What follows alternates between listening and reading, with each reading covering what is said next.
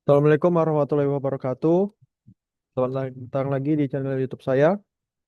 Kali ini saya akan membahas lagi tentang perpajakan. Sebelumnya, perkenalkan nama saya Muhammad Rabil Andika.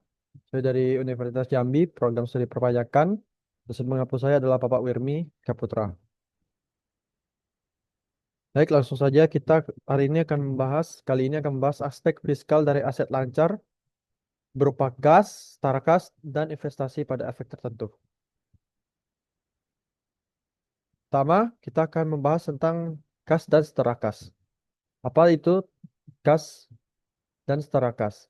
Kas itu adalah uang tunai yang tersedia dan dapat digunakan secara langsung untuk kebutuhan operasional.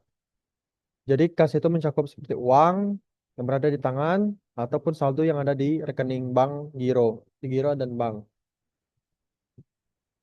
Kalau untuk setara kas, itu dia adalah investasi jangka pendek yang sangat pendek yang bersifat liquid atau mudah dicairkan, mudah dikonversi menjadi kas, serta memiliki risiko perubahan nilai yang tidak signifikan.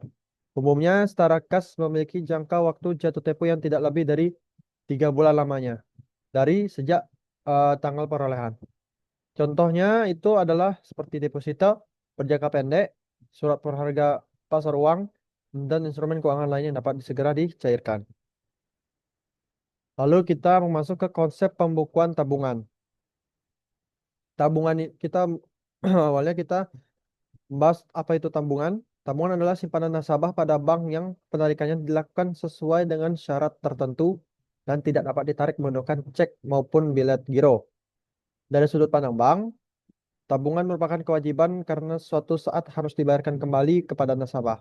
Sebaliknya, bagi nasabah itu sendiri, tabungan merupakan aset likuid yang dapat digunakan sesuai kebutuhan.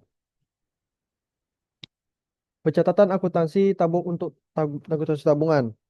Catatannya meliputi pertama, setoran nasabah. Bank mencatat tambahnya kas dan bertambahnya kewajiban berupa simpanan tabungan.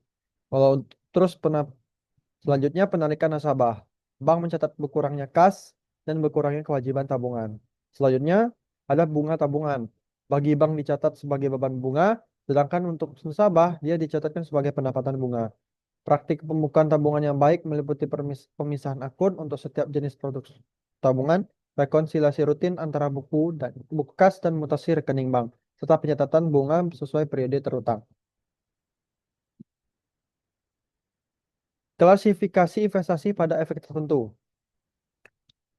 Untuk investasi pada efek tertentu, berdasarkan tujuan kepemilikan dan jangka waktu, dia ada tiga, tiga jenis. Pertama ada investasi jangka pendek.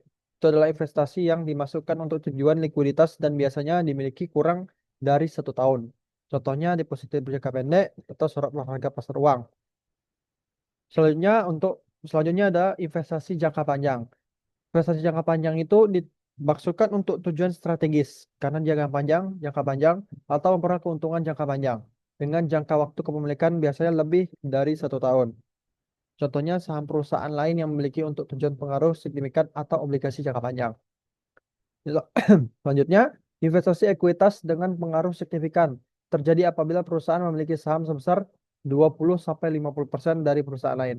Dalam hal ini, pencatatan dilakukan dengan metode ekuitas.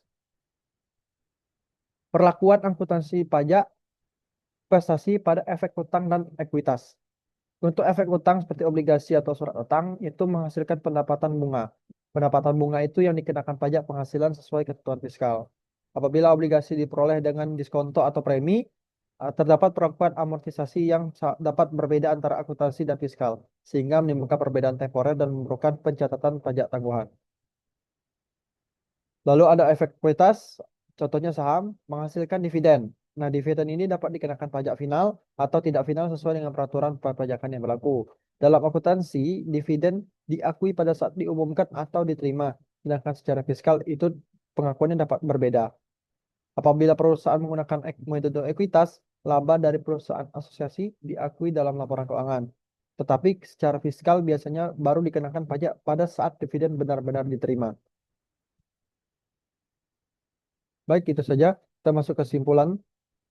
Kas dan setara kas ini merupakan aset paling liquid yang tidak digunakan untuk mendukung kegiatan operasional perusahaan. yang digunakan untuk mendukung kegiatan operasional perusahaan. Maksud, pembukuan tabungan mencerminkan hubungan antara bank dan nasabah, di mana tabungan adalah kewajiban bagi bank dan aset bagi nasabah. Investasi pada efek diklasifikasikan berdasarkan tujuan dan jangka waktu kepemilikan, baik sebagai investasi jangka pendek, jangka panjang maupun ekuitas dengan pengaruh signifikan. Perlakuan akuntansi pajak atas investasi membedakan antara pendapatan bunga dari efek utang dan dividen dari efek ekuitas, serta memperhatikan perbedaan antara pengakuan akuntansi dan fiskal yang dapat menimbulkan pajak tambahan. Baik, itu saja pembahasan saya tentang materi ini. Terima kasih telah menonton.